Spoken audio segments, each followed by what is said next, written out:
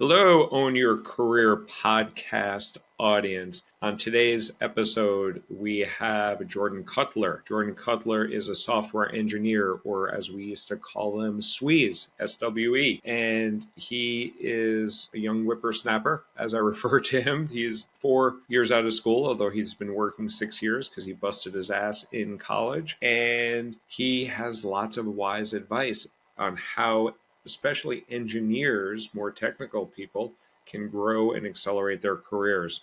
So it's a great conversation we had. We talk a lot about how to frame and brand yourself with others, how to grow and improve on things. We talked about him improving on his SATs, me improving on my SATs. And we really just talked about how to take proactive ownership of your career and your path. So I think you'll enjoy this. And before we enter this podcast, I just want to remind you that if you are looking for an opportunity to get a better job, to get more interviews, to get more offers, and to make more money, we at Academic Careers help you. We help you 3 different ways. We provide personalized coaching services where we guarantee to get you a job. You have to apply. We take a small number of people, but you will work with us until you get a better job, and we will help you negotiate the offer. If you prefer a lower touch opportunity, there are group coaching offerings as well, where you work with us for 6 months with a group and with a community and all the support that you need. And if you're more of a do-it-yourself person, we do offer a digital course as well, the job acquisition method, where you will learn our 6-step growth framework to get more interviews, get more offers, and make more money. So I'm going to leave you with the last 3 words that I always do: own your career. Welcome to another episode of the Own Your Career podcast. Today, I am very excited to have a young whippersnapper, as I would call him, because compared to my old ass who just turned 50, Jordan has about 4 to 6 years of experience.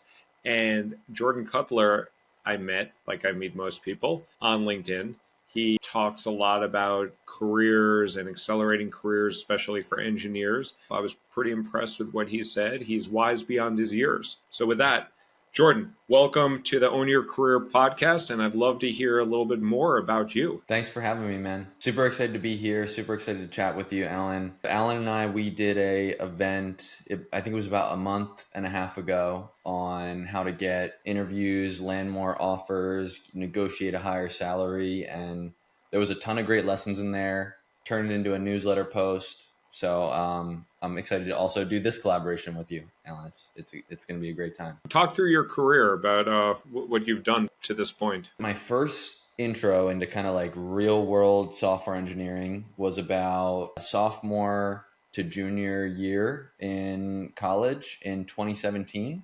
So that was about 6 years ago now. And that's when I was working at a crypto startup called Dolomite, based on a little bit off the Dolomite Mountains in Italy, if you heard of those. Our logo was actually like a mountain and everything. Maybe in the mountain there's crypto or something like that. Might have been, I forget the exact concept, but that was like a 5-person startup with alumni of the university that I went to. A really smart guy, and that's where I literally built crypto exchange from the ground up. It's now at, I think, like 2 million in like monthly trade volume or something like that. I mean, I'm far removed from it now, but hey, I helped. And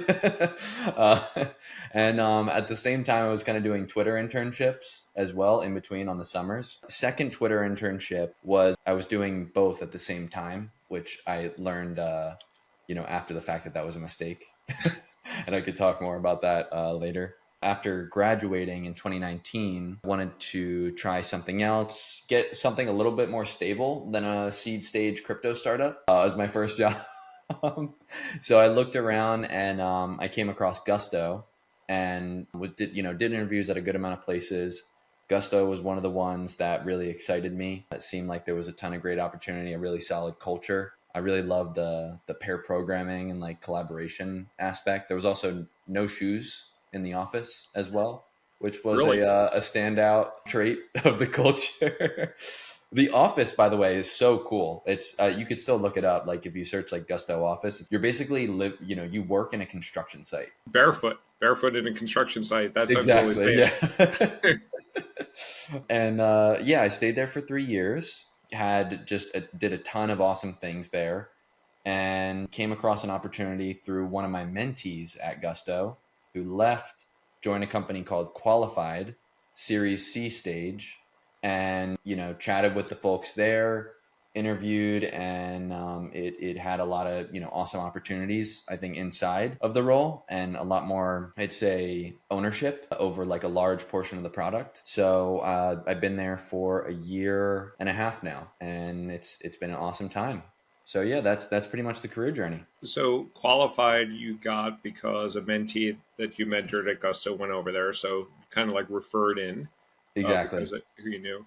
It sounded like your job at Dolomite was through a Lehigh connection. Yep. You went to Lehigh undergrad, so it was like an alum that either you knew or you built a Exactly. Yeah. relationship with. Yep. And how about the Twitter roles? How'd you get the Twitter job? The Twitter one, I was basically doing a summer, or it might have been a winter, of just applying everywhere. It was one of those where they had the site, I think I remember it was called like intern.supply or something. There was like 200 sites and 200 companies to just apply to everywhere. I was doing leak coding. I changed my video game addiction to a leak code addiction. And for a short period of time, I just ended up getting lucky, I suppose, with the interview opportunity. They sent me a hacker rank, and at that point, that's when they were doing those like take home ones. I don't know if they still do it now, but through the practice, that doing well in the hacker rank, I think got me the interview. Cool. And Gusto, how'd you get that job? Gusto, that one was kind of similar actually. It was Wealthfront top 100 career launching companies list. Applied to every single one on the menu, and Gusto was one of the ones that reached out. I hadn't heard of it before that list, but when I checked it out, I mean, it was the one that honestly it was like most exciting out of all those like 100, and luckily they gave me an opportunity. I was actually failing the majority of my interviews up until that point of kind of interviewing with Gusto. The way that Gusto's interview process, it was a breath of fresh air compared to some of the other ones. There was literally only one leak code style interview, and that one. And the other ones were all kind of much more like collaborative pair programming type ones. And so it just really stood out to me. And that one, it was an interview process that jived insanely well compared to the other ones. So I've interviewed about 2,000 times myself. I've probably interviewed about 1,000 plus people at some big tech companies as well.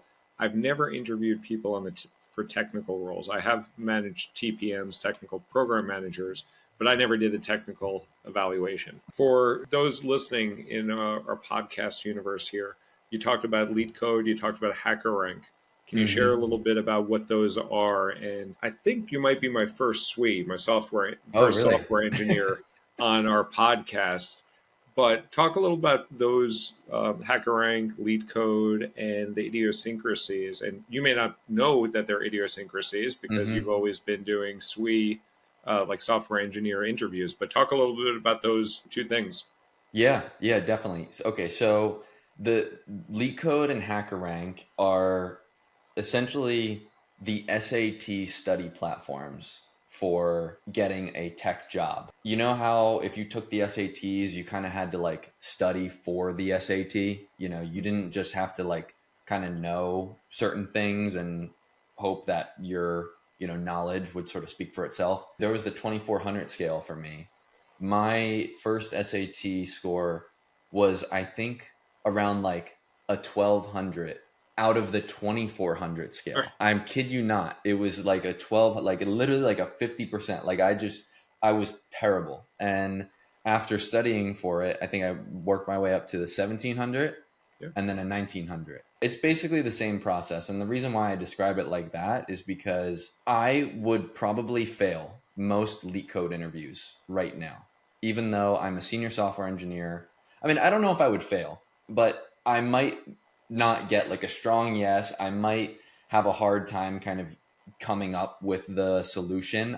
I'll be able to be good at like talking through it and stuff like that and follow the process that you're normally supposed to. But a lot of software engineers, they need to spend, if they want to decide to career switch or just get their first job, they need to spend 3 months, a lot of time, I'd say on average, just practicing for the leak code interview, which is just like a very specific style interview. You end up solving these problems that you never do on the job. And so it's easy to get out of practice for them, essentially. And so that's why when I got the Twitter one, when I got the Gusto one, that's what I was doing. I was grinding, really hard on those platforms. It's all a learnable skill. Kind of like a lot of the interview skills that I teach people, we teach people academic careers, it is learnable. And you talk about how you help people get jobs, to land great job offers, to land an intern return offer. What advice do you have for, especially like landing the job, besides studying for lead code? Was that the only thing? If you pass lead code, you're in, or are there other factors at play? There's definitely a lot of other factors for sure. You can't just know how to solve the leak code problem either. Even if you were this expert and you got a problem during the interview and you were just like, oh, all right, done. And then you submit it and it works, you might pass, but I mean, the interviewer probably wouldn't have enjoyed that experience. I'd say 50% of the time you would actually probably fail, especially if you didn't communicate at all and you just typed in your answer and submitted, got perfect score.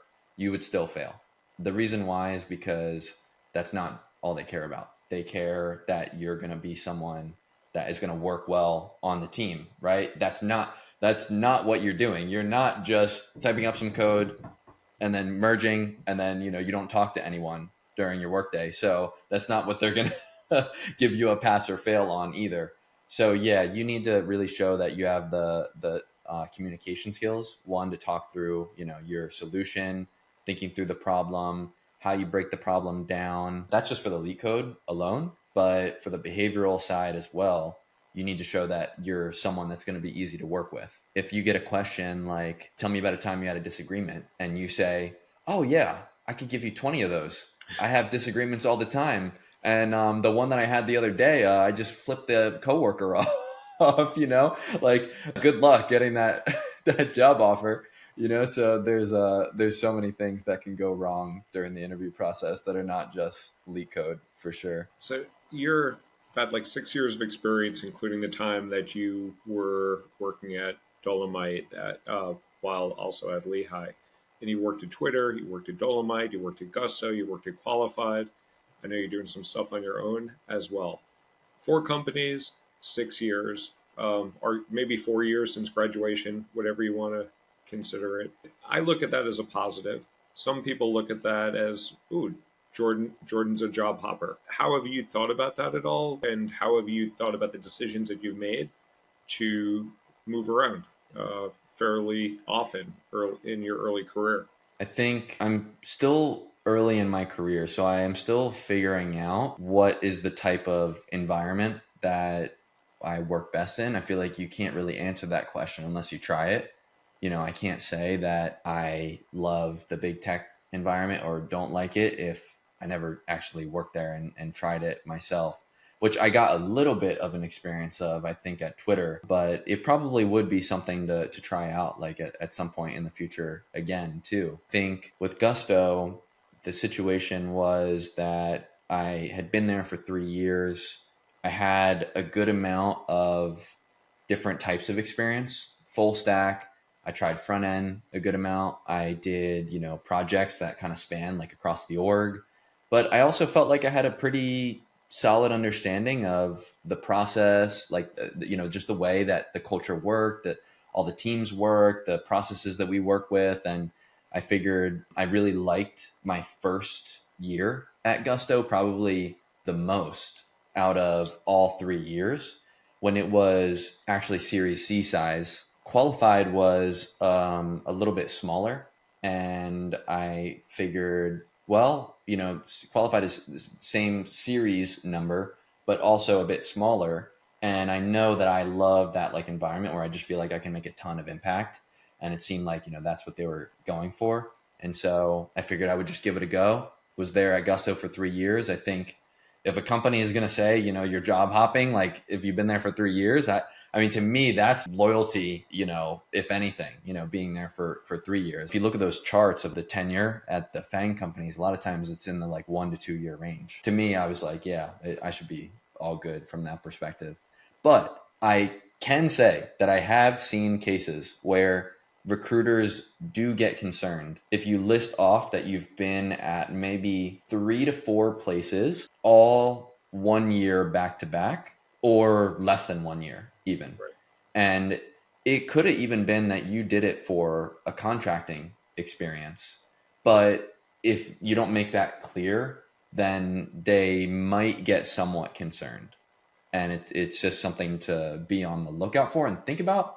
But don't get hung up on it if you have good reason either. And on the side, like you're someone who likes to be quite active. You're qualified and you're also leading a course, a Maven course on high growth engineering, right? Like, Yes. talk about that. What impact are you trying to deliver for the people that are taking that course? What are they joining that course for? What are they trying to achieve? To give a bit more context to that, I currently run a newsletter. I started 7 months ago. It's called High Growth Engineer. And crazy world that it is, I don't know how, but we've reached 26,000 subscribers. It's insane to me. I would have thought maybe I could have got 1,000 by the end of the year. And it's skyrocketed. It's been amazing. I'm continuing to push on that. The thing is, though, is that there's kind of like different levels of like content, right? Like there's Twitter, right? And there's this person that kind of inspiring my talk from, which they have this thing. It's called the content hierarchy of bullshit. And it's from West Cal. And so like there's different levels of content, right? There's Twitter. And I kind of put that like at the bottom, which is like, there's these like little short, like one-liner things. They don't really have much, substance or nuance to them. If you need to get into more detail, you need to give like a 30 message long, like tweet thread basically. Yeah. And still you might be missing some stuff. Then, as you get higher and higher, you kind of go into like articles, maybe like a book, courses, stuff like that. And I'm kind of in the middle, right, with my articles. My articles give good, solid info on a single topic, like how to handle disagreements with your coworkers. And you get a really nice bite-sized thing you can just take with you. And it's like, okay, these are some things that I can think about, like when I have a disagreement with someone. But if you want to talk about something bigger, like going from mid-level to senior engineer, which is what my course is about, then you kind of need like a plan, right? Like a path. And that is what the course is meant to do. It's kind of meant to give you that whole structure of, all right, if you're at mid-level, these are likely the things that you're experiencing. These are the things that you need to learn. And we're going to do like a walkthrough of all those. And it's going to be highly interactive too. I'm not going to just do lecture style. I absolutely hate those. Every single presentation that I've ever given, like at work, never had zero interaction. It's always some form. Doesn't matter if it's to 5 people, doesn't matter if it's to 200 people, there will be like some form of interaction.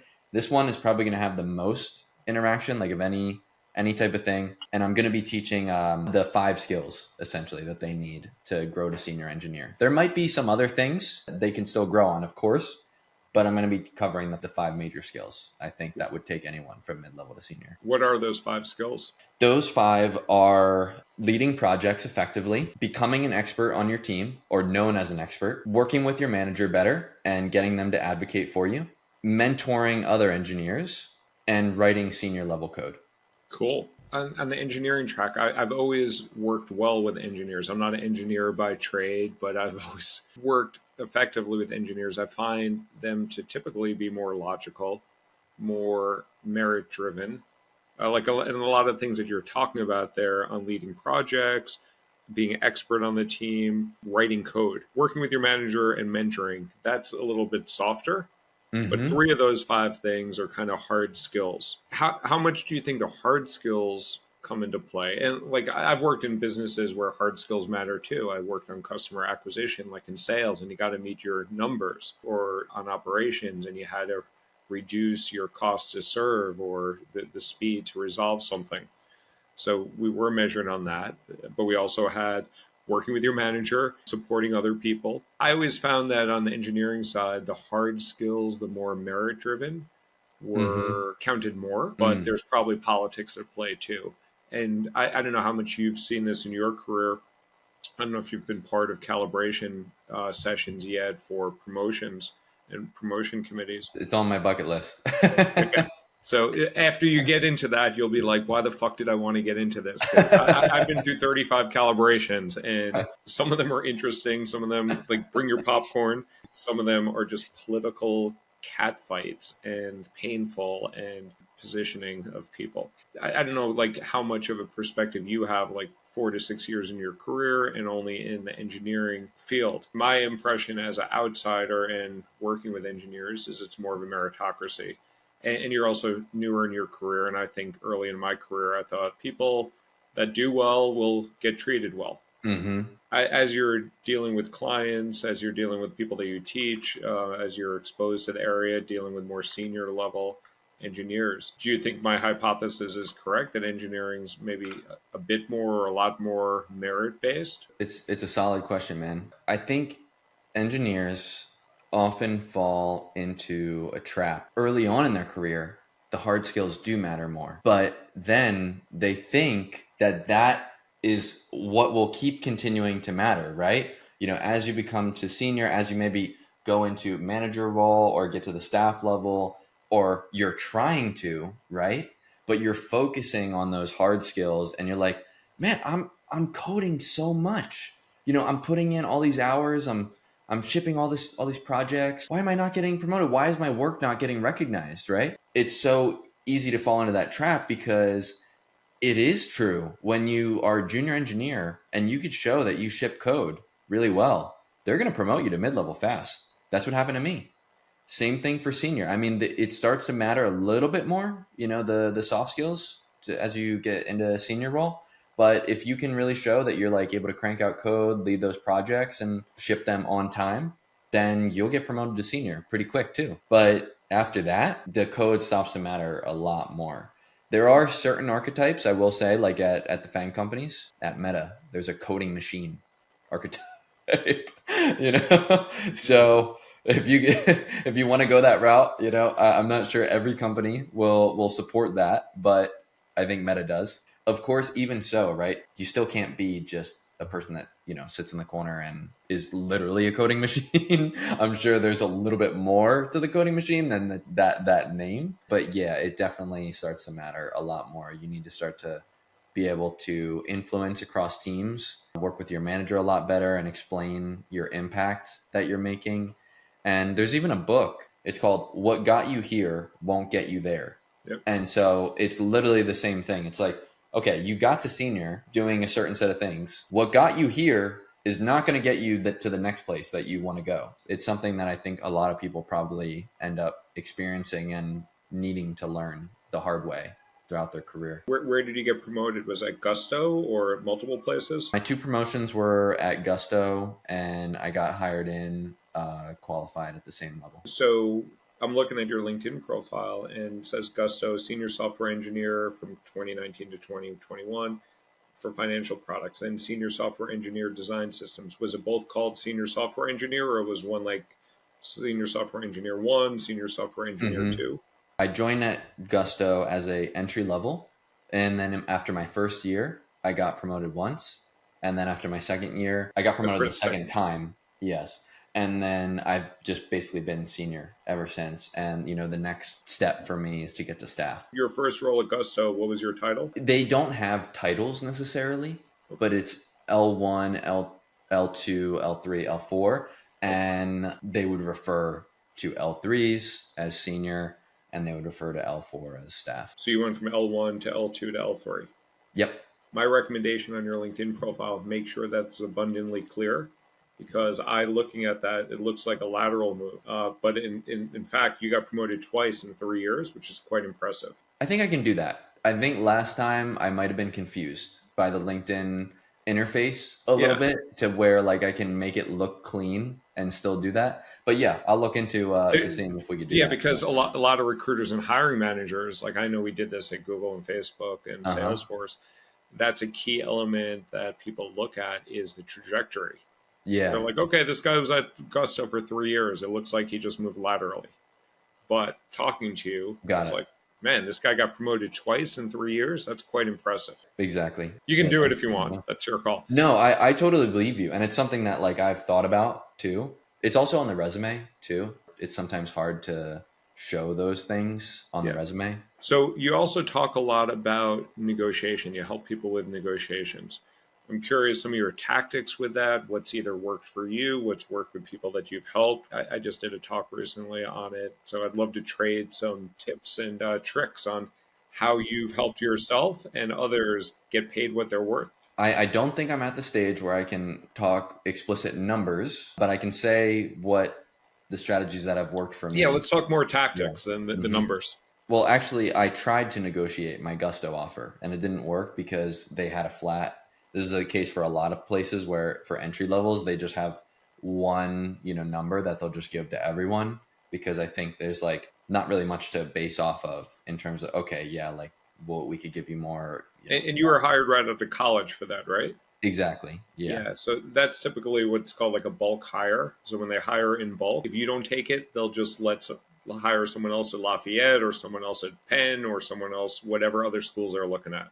Yeah. So the only time that I negotiated and it was successful was from Gusto to qualified. I can share a couple techniques there. The first thing for me, I tried to be as conversational and transparent while also being carefully transparent, I will say. You should only share things that will still maintain your best interest at hand, but also showing that you're trying to make something work with them. I know it's probably confusing. So I need to think a little bit more on an example. And maybe you have one that comes to mind too, where you can help fill me in.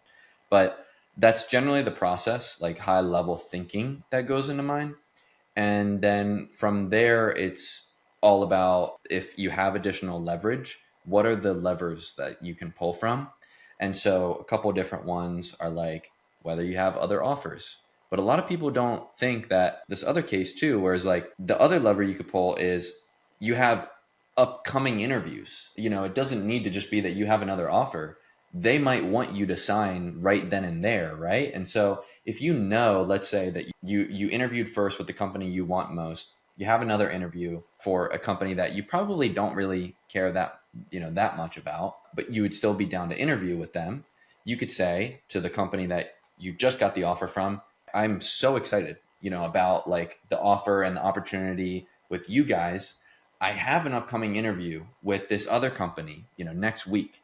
But honestly, I would love it if I could just take your guys' offer. The thing is I'm still thinking about that opportunity, but what would get me to sign right now is if we could go to X amount in the equity number or the cash number or whatever. And that's like much easier for them to go back, say, oh, hey, look, we really want Jordan to sign. He literally said that he's going to sign if we get him this number. So let's give him this, get the sign, and go in. They just spent 50 grand interviewing you, if we're going through the interview process, and all the money that they're going to have to pay the next person and all that. So they don't want to lose you. So if you could just use any lever possible, then that's generally the one that's worked well for me in my experience. Didn't even need other offers. And there's no downside. So you mentioned like you tried negotiating with Gusto. They're like, no, we're not paying you more, but they didn't retract the offer. Right. Exactly. There was no risk of retraction of the offer because you Exactly. asked for more. And Gusto and Qualified, they're both private companies, right?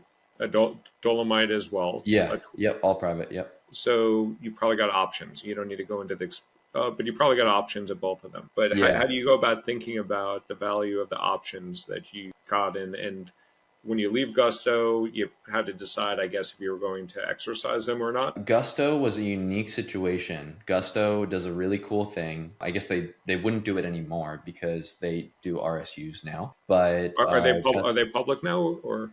No, but at some stage they just end Yeah, up like giving once you get close to RSUs. public, if you know I think RSUs have like a 3 year shelf life. So if you think that you're going to IPO within 3 years, you can offer RSUs, I believe.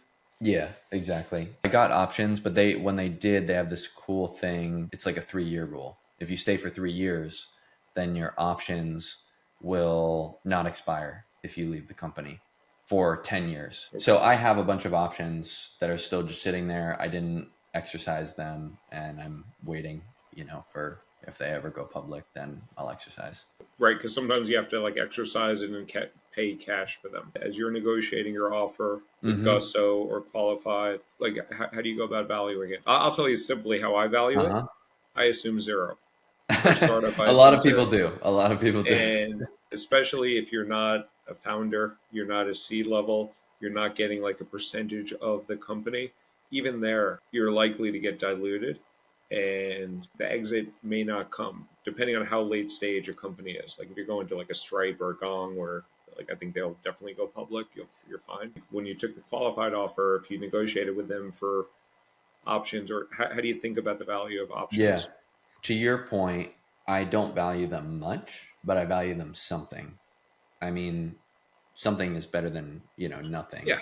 And you're not necessarily getting zero. So I try to capitalize on the cash amount first for private companies. I think especially early in my, career, where it's just that difference in cash just makes a huge difference. And not only that, but it's additional negotiating leverage for the next offer as well. So if you, let's say, have the choice between 200K cash and $50,000 worth of options versus 150K cash and quadruple that in options, 200,000 in options, I would still take the 200K in cash, because let's say, you're off, the job doesn't really work out in a year, you're not happy, you want to go looking for another place, another company, not going to care that you have 200K in options. They will care that you have 200K in cash,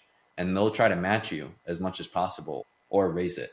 So I try to go just max out on whatever their cash number is, and then after that, then go for the options if you still want a little more. And RSUs, I consider differently, and I consider them almost as good as cash. They're just cash bonuses that take a year, 2 years, 3 years, 4 years to cash out. Yep, exactly. Cool, Jordan. Well, we're running low on time, so I have a couple more questions for you. What is one piece of sick career advice that you would like to share with our audience here? My answer to this is normally just constantly be self-aware and reflective and focus on your growth, understand where the areas are that you need, to get to the next level. But I will differ it a little bit, because I'm excited to talk about probably what I'm going to share on this coming week's newsletter a little bit more, which is something I've been thinking about a little bit. And it's the concept of framing. I've noticed myself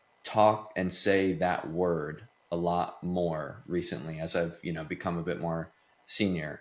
And it's essentially okay, you have a bunch of words and ideas, and they're jumbled up right in your head, and they're all over the place. You have a bunch of this, but what if when you present it to someone, right, you put it in a little picture frame, and when you show them that picture frame, it's exactly the thing that they're looking for, that makes sense to them. And it's such an important skill, I think, in software engineering, to be able to do that effectively. Why am I telling the person this thing? What am I trying to get out of it? And what do they care about? Knowing that, then how do I present it in a way to get that the best possible? It could be an interview. When someone asks you the disagreement question, you interpret it as, oh, this person wants to know about when I had a disagreement. No, they want to know that you can handle a disagreement well, right? You frame it in that way.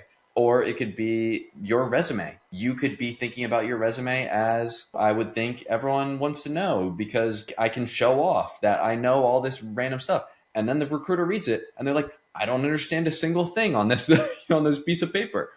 And so it's I think a lot of people kind of, they probably know this concept internally and apply it, sparsely here and there. But I think putting it at the forefront of a lot of the things you do and a lot of your writing or communication is just incredibly important. Probably what I'm calling actually the most important skill for every software engineer in my article. Feel free to give me a contrarian point of a different skill but I will for now stick with that being the most important. Yeah. And that's what I would like to leave everyone with. Yeah, like I think framing, I think branding yourself, communicating effectively. Your career is essentially sales and marketing in order to like move up in your career, and it's how you communicate your value, how you communicate to others, how you communication is not what you say, it's what people hear. So if you can frame it in a way that they can grok it and understand it, you're going to just be much more efficient and effective in getting across your point. Exactly. Yep. Totally agree, man. Cool. And then the last question, Jordan, I think I know this, but how can people follow you and how can people support you? So on LinkedIn, search for Jordan Cutler. It's Jordan Cutler 1 is the URL like thing. Unfortunately, there's some other Jordan Cutler out there. I think he's like a CPA or something. And funny, I think I wanted to be a CPA. So it's like a different version of me. But yeah, mine is Jordan Cutler 1. And you could check out my newsletter as well, High Growth Engineer. The URL is, I need to get this fixed, but it's Career Cutler Substack. It's High Growth Engineer. And then, yeah, if you're interested in the course that I have upcoming, follow me on those platforms, and you'll find out about it. It's you could join the wait list right now as well, but I'll be posting about it soon. Awesome, Jordan. Well, I've really appreciated getting to know you. I enjoyed that LinkedIn Live we did. This is a great conversation. And I really appreciate that you have proactively owned your career. Thank you so much, Alan. It was a pleasure being here, man. Thanks so much. Thanks, Jordan.